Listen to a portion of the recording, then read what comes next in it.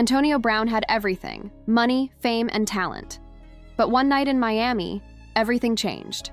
From an NFL legend to a man on the run, this is the shocking downfall of Antonio Brown. And trust me, it's darker than anyone imagined.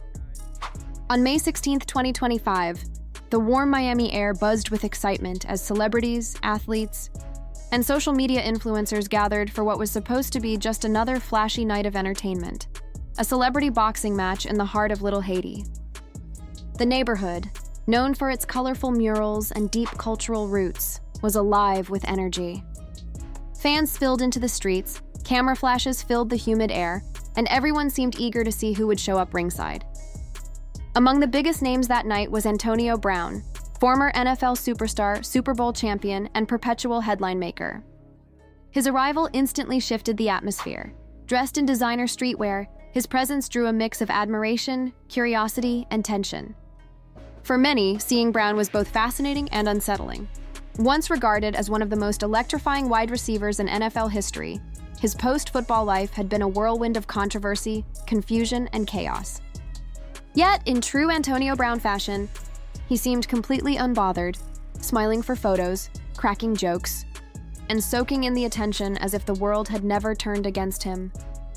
But that night, something changed. The details remain blurry: conflicting reports, fragmented videos, whispers spreading across social media. But witnesses recalled that the mood shifted suddenly. One moment, the crowd was cheering. The next, there was a commotion near the VIP section. Some described heated words being exchanged, others claimed it was just a misunderstanding that spiraled out of control. Whatever the cause, the event that began as harmless celebrity spectacle ended in confusion and chaos.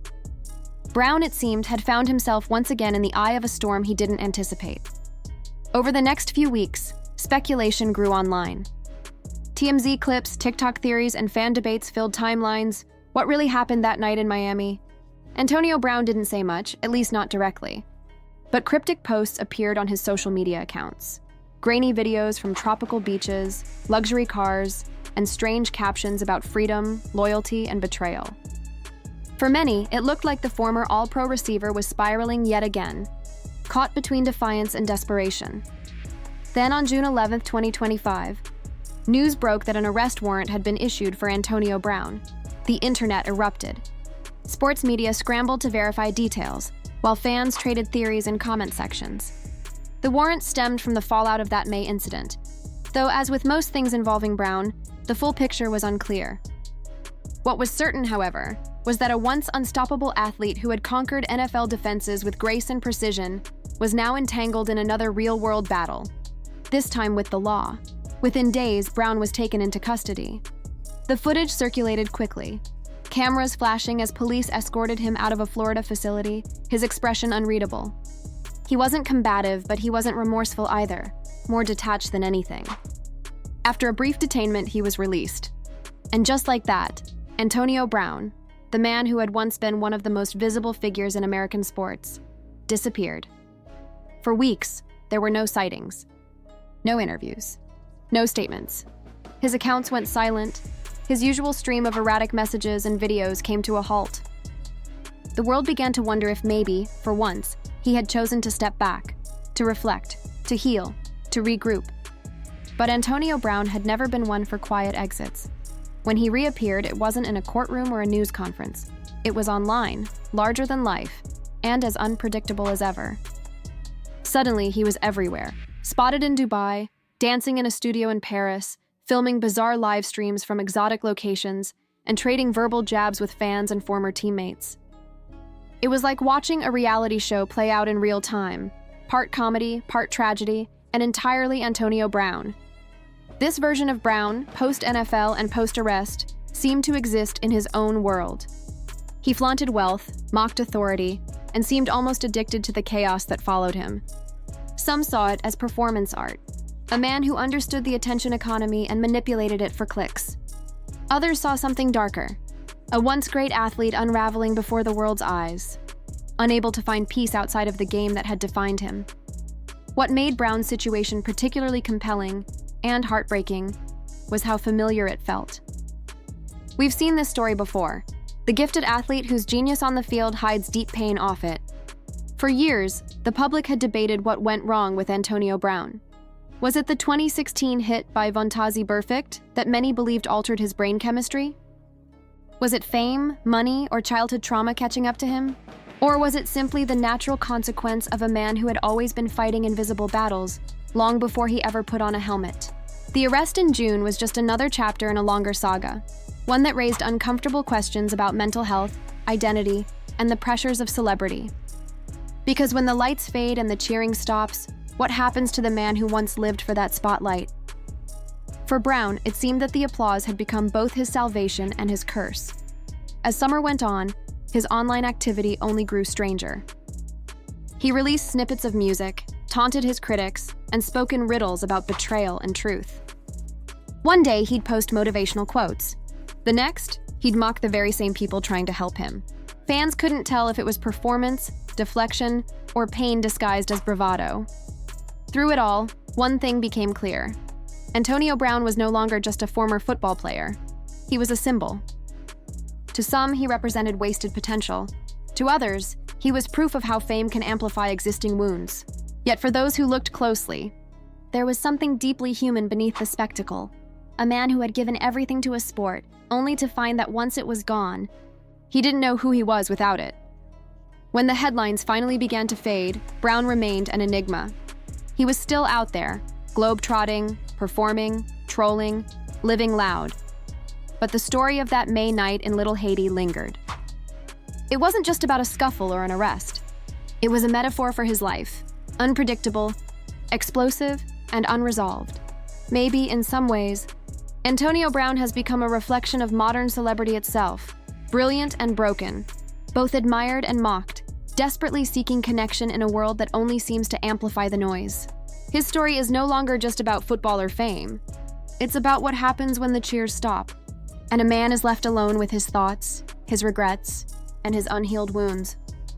So when people ask what really happened that night in Miami, maybe the answer isn't found in police reports or gossip headlines. Maybe it's found in the deeper truth that Antonio Brown has been trying to show us all along. That behind every viral moment, every meltdown, every outrageous post, there's a person, still searching for peace in a world that only knows how to watch. Antonio Brown got picked up for an attempted murder, and if you've seen that surveillance video, then you know that nigga's beyond cooked. I knew his ass was cooked back when this shit first happened, because that was the night where he did the shit, and then they arrested him on the spot, but then they let him go off self-defense, and then he went on Aiden Ross's stream. But the same night they released him, they released that footage. And on that footage, you could clearly see him running down and shooting at him. That is not self-defense. That is not self-defense in the slightest. Like, the only way I could see him coming up out of this is because he's got money. And he's Everyone remembers how Antonio Brown's career came to an abrupt and chaotic close. His dramatic exit from the Tampa Bay Buccaneers, storming off the field shirtless, waving to the crowd in defiance, became one of the most talked about moments in sports. Yet despite the controversy, his talent was undeniable. Brown remained one of the most gifted and productive wide receivers of his generation. Leaving fans to wonder what could have been if things had gone differently, many trace the turning point in his career back to a single moment, the brutal hit delivered by Vontaze Burfict during the 2016 playoff game against the Bengals. Before that collision, Brown's demeanor and interviews reflected his confidence and charisma. When Ben Roethlisberger once told the media that Brown might be the best receiver he'd ever played with, Brown playfully replied, "Man, I paid him a lot for that." But after that infamous hit, his tone, behavior, and public persona seemed to shift dramatically, marking the beginning of a new, more turbulent chapter in his life. You being an athlete that made millions and millions of dollars, why do most athletes choose white women? Because 50% of white women in college. There's a higher rate of white women in college than black women.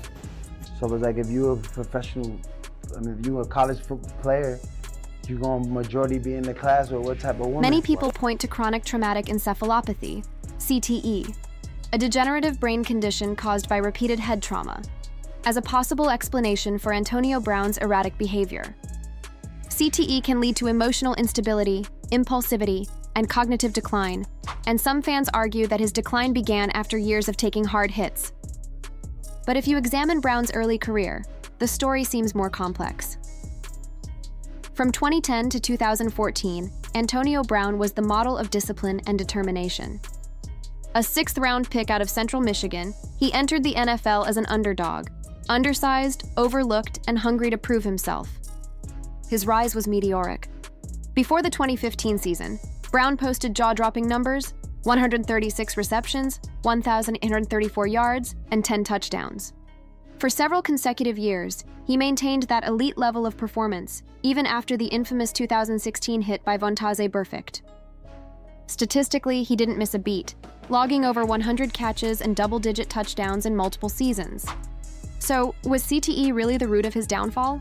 To many observers, the answer lies deeper, in Brown's upbringing and the emotional scars that shaped him long before football. Born in Miami, Florida, Antonio grew up in a household filled with instability. His father, Eddie Brown, was a legend in the Arena Football League, while his mother, Adriana Moss, raised him and his younger brother amid constant turbulence. When his parents separated, Antonio's relationship with his stepfather deteriorated, eventually leading to him being kicked out of the house. As a teenager, he experienced homelessness, sleeping on friends' couches, in cars, even in stadium bleachers, just trying to survive each day. Despite these hardships, Brown's athletic gifts shone at Miami Norland High School. Yet, his academic struggles and lack of support kept college recruiters at a distance. After being expelled from a prep school in North Carolina, his last chance came when he walked on at Central Michigan University. There, through sheer willpower, he transformed from an overlooked kid into a star wide receiver and return specialist, paving his way to the NFL and eventually to the Pittsburgh Steelers. But the emotional damage from his early years never truly healed. Brown has often shown traits of someone who craves structure but resists authority, yearns for love yet expects betrayal, and achieves greatness while fearing loss. These contradictions have defined his relationships with teammates, friends, and partners alike. From the Steelers to Tom Brady, from Keisha Cole to his coaches, Brown has burned bridges as quickly as he built them. It's not just a story of ego, it's a story of unresolved pain meeting public success.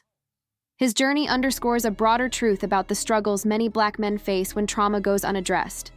Pain, mistrust, and emotional isolation can linger beneath the surface, no matter how much money, fame, or validation someone attains.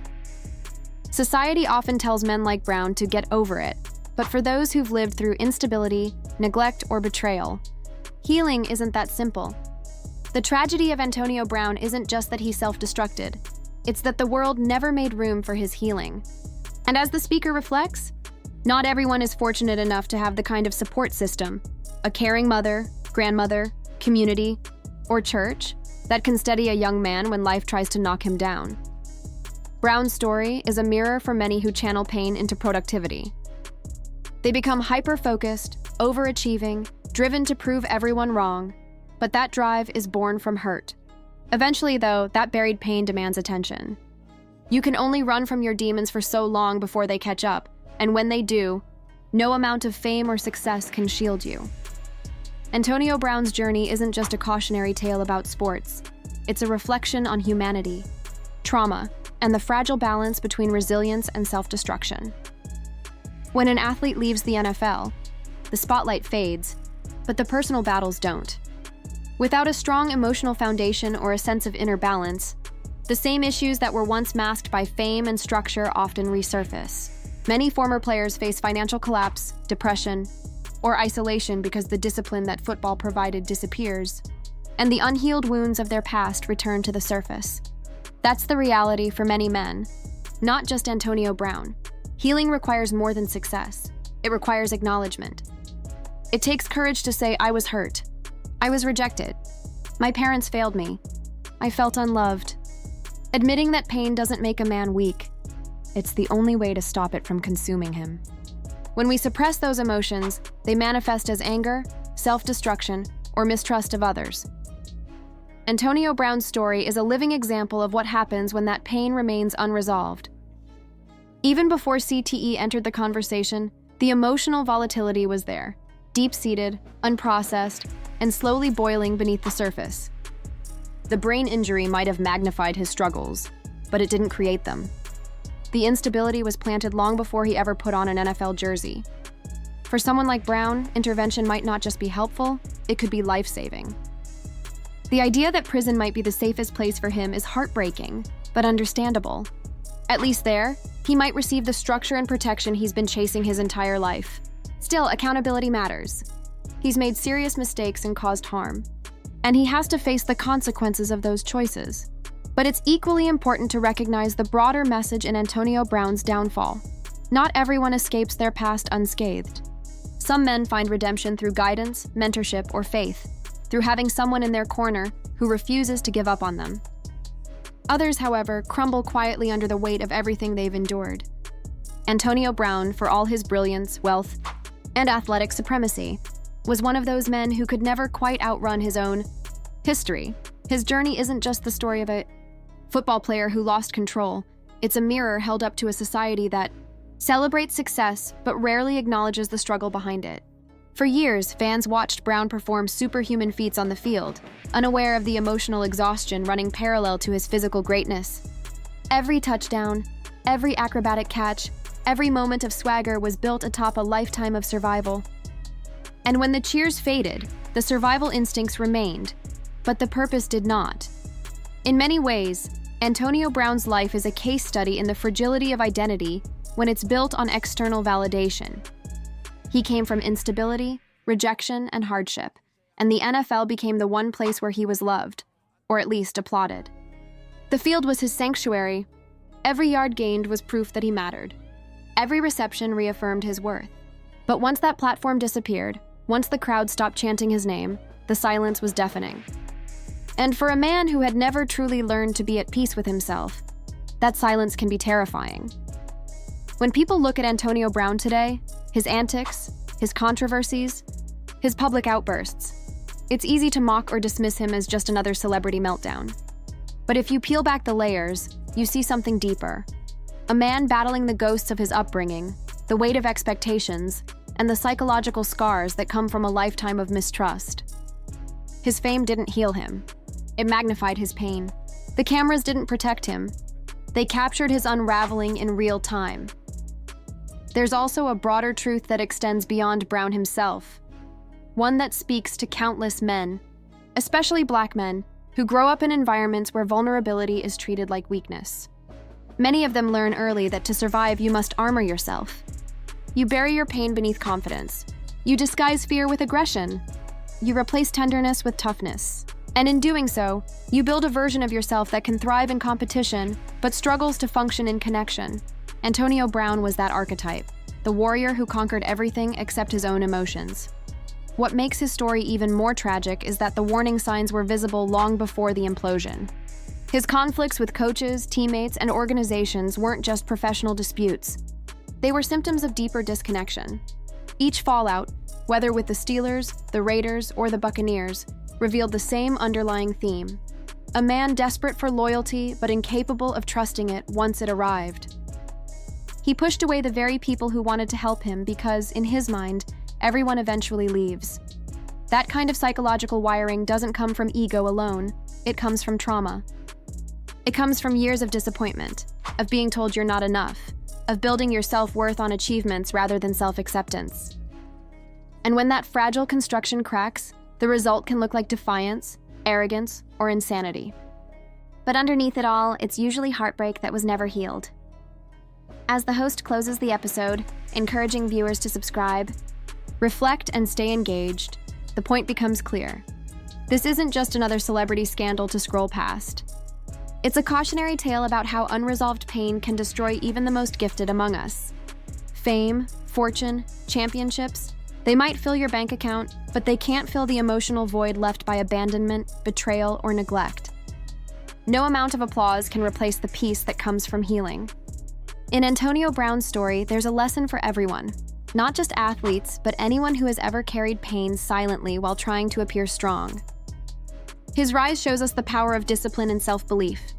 His fall reminds us of what happens when emotional wounds are left untreated. It's easy to idolize success, but much harder to understand the mental and spiritual cost it often carries. And perhaps that's what makes his saga so haunting. For years, he embodied the dream the underdog who defied the odds, the sixth-round pick who became a superstar.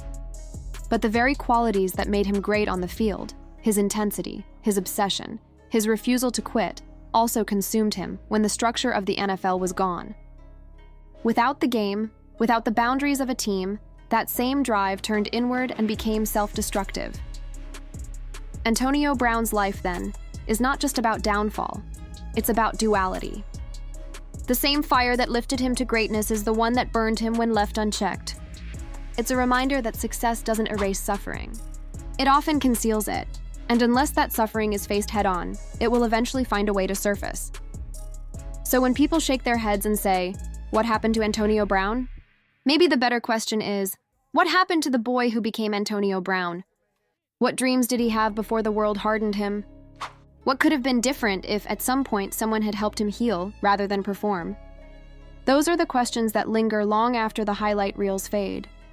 Because in the end, his story isn't about sports. It's about humanity. It's about how pain, if ignored, can destroy even the strongest among us. It's about how we as a society celebrate success stories without ever asking whether the people behind them are okay. Antonio Brown's journey, for all its chaos and controversy, is a powerful reminder that healing isn't optional, it's necessary. And so, as the screen fades to black and the outro music plays, the message lingers in the air. Fame is fleeting, talent is temporary, but pain is patient. Until it's faced, it will follow you, no matter how far you run or how high you rise.